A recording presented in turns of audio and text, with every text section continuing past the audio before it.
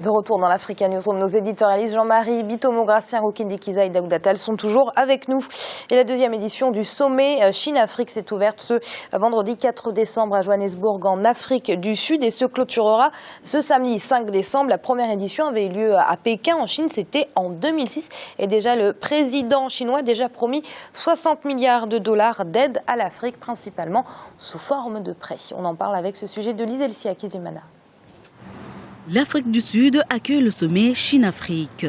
Lors de cette rencontre qui a débuté ce vendredi 4 décembre 2015 à Johannesburg, les dirigeants africains et chinois s'entretiennent sur le renforcement de la coopération sino-africaine, premier partenaire de l'Afrique avec plus de 200 milliards d'euros d'échanges commerciaux par an. La Chine a réaffirmé son engagement vis-à-vis du continent malgré le ralentissement de sa croissance économique. Les enjeux du sommet Chine-Afrique sont fondamentaux et structurants pour le continent. Il faut rappeler que la Chine est le premier partenaire économique du continent et son influence n'a cessé de croître au cours des dernières années.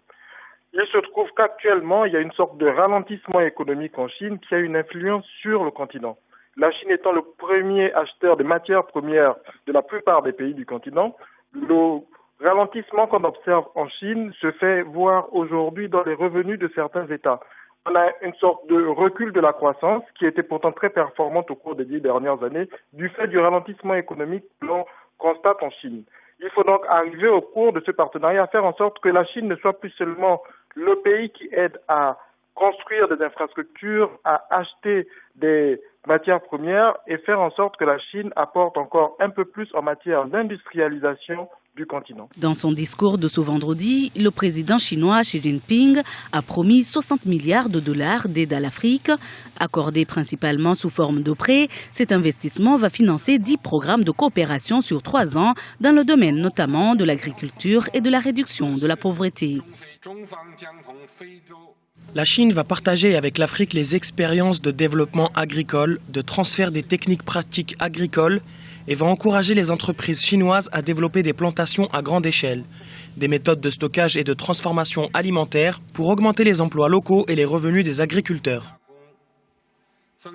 Le président chinois Xi Jinping a profité de ce sommet pour faire escale au Zimbabwe où il a signé mardi 1er décembre 2015 plusieurs accords économiques. Et mercredi à Johannesburg en Afrique du Sud, il a également conclu avec son homologue sud-africain 26 accords bilatéraux pour un montant de 6,2 milliards d'euros. Une somme qui sera orientée vers les domaines industriels, agricoles, des infrastructures et de la coopération économique. Gracien, peut-être un premier mot sur les sommes promises par la Chine. 60 milliards de dollars d'aide au continent, principalement sous la forme de prêts, et près de 60 millions de dollars qui seront attribués au programme de paix et de sécurité de l'Union africaine, mais ça sans contrepartie. Les 60 milliards, moi, je ne suis pas d'accord avec le terme d'aide. Moi, quand je me présente devant mon banquier pour me prêter de l'argent, il me prêtait à 1 ou 2%, il ne m'aidait pas. Ils m'ont prêté de l'argent. L'Afrique, on a souvent tendance à dire qu'on reçoit des aides. Les 60 milliards, les Chinois, ils ne font que les déplacer. Au lieu de les placer dans les bons de trésor des Américains, où ils ne gagnent pas beaucoup, pratiquement, ils les placent en Afrique. En Afrique, ils sont sûrs parce qu'il y a des contreparties de pétrole, de mines, donc il y a des intérêts. On dit des intérêts qui sont bas, mais on ne dit pas vraiment si c'est 5 ou 4%. En fin de compte, la Chine fait les affaires. Nous, les Africains, on nous prête de l'argent, comme on peut demander à n'importe qui. Ce n'est pas de l'aide. Les 60 millions disons, pour la paix et la sécurité en Afrique, là, je peux dire que c'est de l'aide. C'est une très bonne chose. Mais en même temps, moi, j'aurais aimé que les Chinois ne nous aident pas, mais continuent, remontent les importations des matières premières ou des produits africains de 40% par rapport à ce qui était perdu.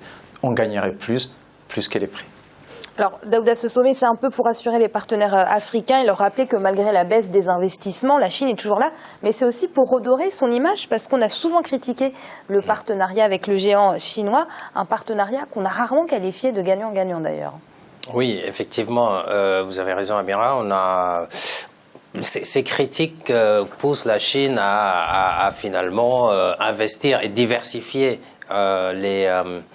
les secteurs vers lesquels elle investit, puisque avant c'était juste principalement des infrastructures, c'est-à-dire qu'on fait des infrastructures, mais en réalité, on se rend compte aussi que ces routes et tout ça, et chemins de fer, c'était aussi pour accéder vers les matières premières. Donc aujourd'hui, on parle aussi de l'agriculture, un certain nombre de choses comme ça, de la paix.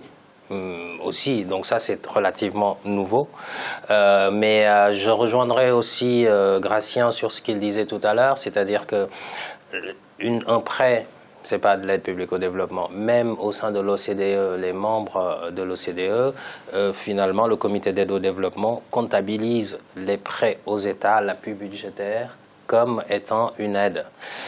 Or, prêt concessionnel ou non, franchement, voilà, là-dessus... Quand c'est pour l'Afrique. Effectivement. Quand la BCE prête à la France, c'est pas une aide, c'est un prêt. Oui, parce que on dit aide aux pays en voie de développement. Non, mais je suis d'accord là-dessus, donc c'est pas normal. Et il y a d'ailleurs, au-delà de ça, un autre élément qui n'est pas normal, c'est-à-dire lier l'aide, puisque parfois, quand on vous finance, si vous achetez un véhicule, ça doit être un véhicule, si ça vient de la France, français ou chinois, etc. Bon, les pays font des efforts dans ce domaine, mais voilà, et beaucoup reste à faire à ce niveau-là. Et je pense, pour terminer, que la Chine aussi est dans un contexte où son économie faiblit. Son taux de croissance a été quasiment divisé par 2 entre 2007 et aujourd'hui. Donc la Chine se tourne davantage vers l'Afrique parce que c'est l'avenir aussi. Oui. Alors, Jean-Marie, revenir également sur les propos de Robert Mugabe, président en exercice de l'Union africaine et président du Zimbabwe. Je cite ses propos, « La Chine est en train de faire pour le développement de l'Afrique ce qu'aucun pays colonisateur n'a fait ». Est-ce que vous êtes d'accord, traiter avec l'ancien colonisateur, ça biaise les rapports ?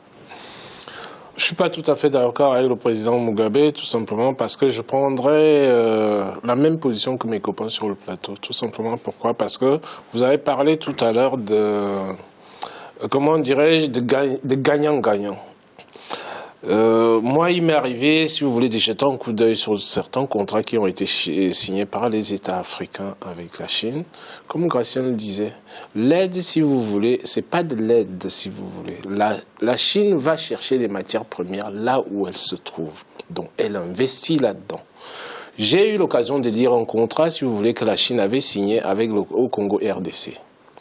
Qui concernait, comment dirais-je, ce que la GECAMINE faisait, c'est-à-dire la grande compagnie qui gère les mines.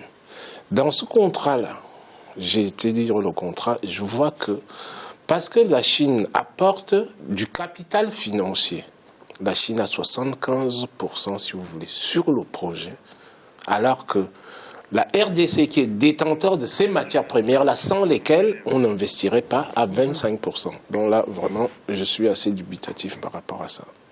Et les PME, les petites et moyennes entreprises, en dépit de leur rôle clé dans la réduction de la pauvreté sur le continent africain, ne bénéficient pas suffisamment du financement. Le constat est d'autant plus palpable en Afrique centrale, où le taux de financement des PME reste encore faible comparativement aux autres sous-régions du continent. Reportage de notre correspondant Jacques Amboka. Le secteur privé est un appui important à la croissance économique en Afrique. Cependant, rares sont les petites et moyennes entreprises qui accèdent au financement sur le continent. Malgré la diversité des institutions financières en Afrique, plus de 80% des entreprises de petite taille ont du mal à trouver le financement. Pour accéder aux mécanismes de financement, c'est tout un problème pour les peuples congolais, mais pour les peuples africains en général. Parce que le grand problème aujourd'hui que nous constatons, tant de forums, mais rien de résultat. L'accès sur le résultat, nous ne voyons absolument rien. Donc nous proposons que les gouvernements doivent créer des mécanismes de transparence pour accompagner les banques et les banques accompagner les populations. Les crédits pour soutenir les PME sont bien souvent disponibles. L'accès difficile au financement s'explique par la non-viabilité des projets, estiment les responsables d'institutions financières. Et la problématique donc, à laquelle nous faisons face la plupart du temps, c'est que les projets sont mal structurés, il n'y a pas d'études de marché, l'étude financière aussi n'a pas été bien réalisée, les personnes derrière le projet ne sont pas assez compétentes, donc elles ont besoin d'être accompagnées. Il y a un véritable travail de fond professionnel qui doit être fait. Voilà, donc je pense que si nous pouvons trouver une solution à cette problématique de la phase de développement, de préparation du projet, nous verrons beaucoup plus de capitaux être investis dans des start-up et des PME africaines. Plusieurs conférences économiques sur le continent mettent en valeur la question de l'accès au financement des PME. Le dernier forum Investir au Congo-Brazzaville, tenu du 19 au 20 novembre dans la capitale congolaise, a fait de ces sujets une préoccupation importante. Il appartient cependant aux PME de se faire accompagner dans la conception des projets afin de rendre plus aisé l'accès au crédit. Daouda, on reproche aux banques privées de ne pas prêter aux jeunes entrepreneurs. Mais bon, j'ai envie de dire, c'est logique, les banques pensent rentabilité. C'est plus aux États qu'on a envie de reprocher ce manque de financement aux PME. Tout à fait, c'est aux États de créer les conditions pour pouvoir permettre aux petites et moyennes entreprises d'avoir accès au financement. Puisque bon, c'est vrai, vous avez raison, la banque, elle est là pour son activité, pour faire des bénéfices. Mais il y a quand même des mécanismes qui peuvent permettre à l'État de doper ce secteur, c'est-à-dire le financement des PME. Par exemple, les fonds de garantie. Vous êtes une petite et moyenne entreprise, vous avez un accès difficile au crédit.